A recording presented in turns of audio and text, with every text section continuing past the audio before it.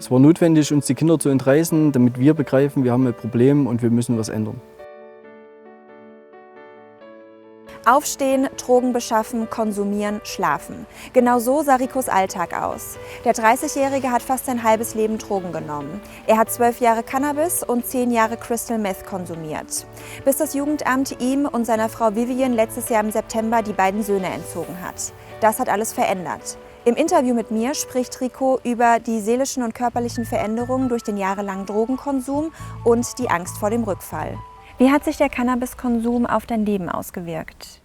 Ich wurde etwas antriebsloser. Es hat eben einfach ein Gefühl gegeben, alles machen zu können, aber ohne dass es eben belastet.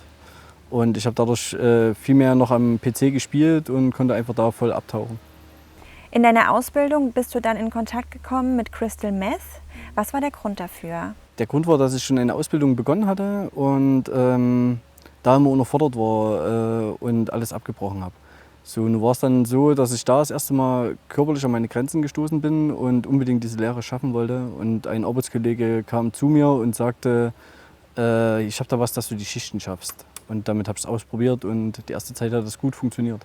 Wieso war denn Crystal Meth am Anfang so verlockend für dich? Es war einfach ein unheimlicher Pusher. Es hat mir die Kraft gegeben und auch die Ausdauer, die Lehre durchziehen zu können. Zumindest habe ich mir das vorgemacht. Das erste halbe Jahr hat es sehr gut funktioniert. Und danach merkt dein Körper aber, dass irgendwas nicht stimmt und du baust kontinuierlich ab. Was hat denn der dauerhafte Konsum von Crystal Meth körperlich und seelisch mit dir gemacht? Körperlich, ich habe sehr stark abgenommen, war auf 62 Kilo runter. Und auf Gefühlsebene war es so, dass ich alles aushalten konnte. Die Gefühle stumpfen extrem ab. Man lebt einfach, man funktioniert einfach. Was hast du denn aufgrund des Konsums alles schleifen lassen? Anfangs nichts. Anfangs hat es mich unheimlich gepusht. Allerdings danach wurde die Wohnung immer weniger, was ich mich gekümmert habe. Um die Arbeit habe ich mich nicht mehr gekümmert. Selbst die Körperhygiene hat nachgelassen. Alles in allem baut man überall ab. Haben sich denn auch deine sozialen Kontakte aufgrund deines Konsums verändert? Ja, Stück für Stück wurde es mehr ins Drogenmilieu gezogen, mein Freundeskreis. Die wahren Freunde haben sich immer mehr abgekapselt und auch der Familienkreis hat sich weiter abgekapselt und konnte nicht verstehen, was mit mir los ist. Wie war das für dich? Es war mir egal. Dadurch, dass die Gefühle abgestumpft waren, war es mir sehr egal. Ich habe einfach weitergemacht.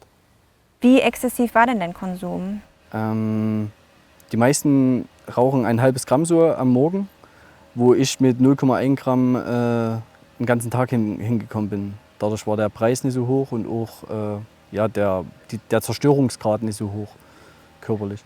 Wie hast du Crystal Meth konsumiert? Ich selbst habe es geraucht. Man baut sich eine kleine Alu-Schiene im Endeffekt, sieht aus wie eine Regenrinne und lässt dann den Kristall flüssig werden und verdampfen. Und das inhaliert man. Du hast nicht alleine konsumiert, auch deine Frau war suchtkrank.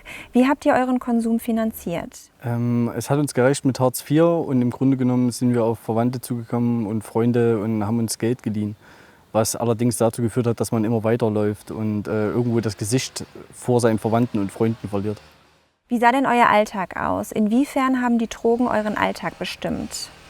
Naja, irgendwann, wenn man wirklich drin ist in dem Drogensumpf, ist es so, dass es nur noch um die Beschaffung geht. Man steht früh auf, man macht sich soweit fertig, isst was und dann geht es im Endeffekt zum Drogendealer und man kauft sich sein Zeug und dann geht es wieder in die Wohnung und man vegetiert dahin, würde ich sagen. Also wir waren lange Zeit auf Stillstand. Wie habt ihr euch denn menschlich verändert durch den Konsum? Ich selbst wurde kälter und war nicht mehr ganz so geduldig. Und bei meiner Frau war es so, dass sie auch eigentlich das Gleiche. Sie wurde auch kälter und gefühlsärmer. Wolltest du zu mir kommen?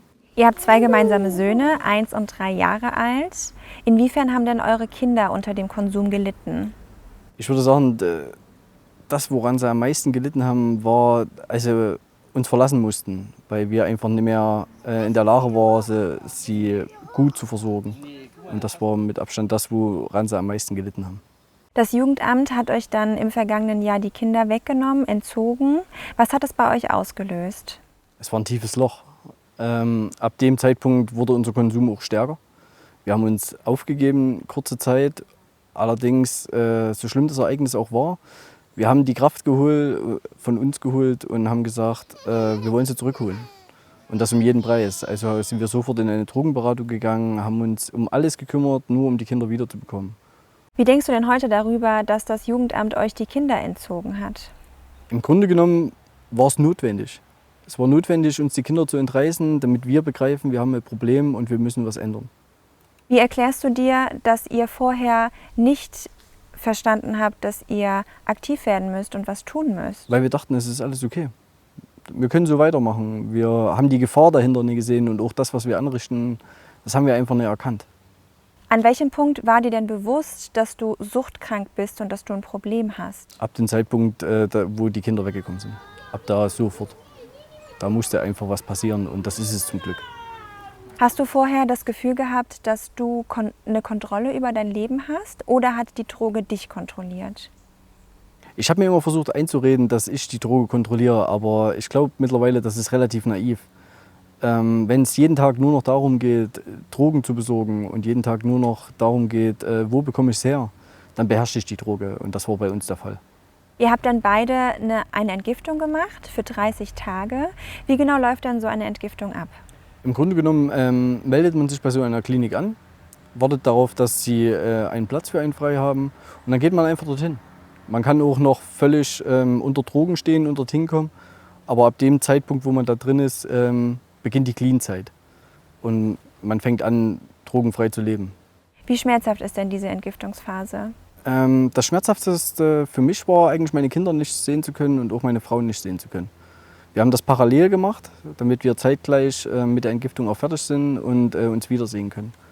Aber ich hatte keine Entzugserscheinungen. Die ersten paar Tage war ich sehr müde, erschöpft, aber ansonsten ging es mir gut. Wie erklärst du dir, dass es dir so gut ging? Also man hört ja viele Geschichten, viele Horrorgeschichten auch.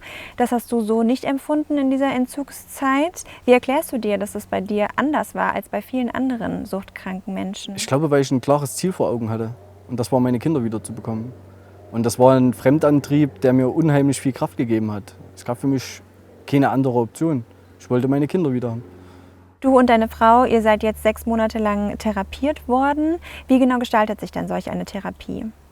Die Therapie beginnt im Endeffekt damit, dass wir hier erstmal ankommen, uns hier kurz einleben und im Grunde genommen probieren die Therapeuten und auch das Team hier, die Struktur wieder beizubringen und das Leben wieder anzugehen. Jeden Morgen aufzustehen, zu frühstücken in Familie, danach seiner Arbeitstherapie entgegenzukommen.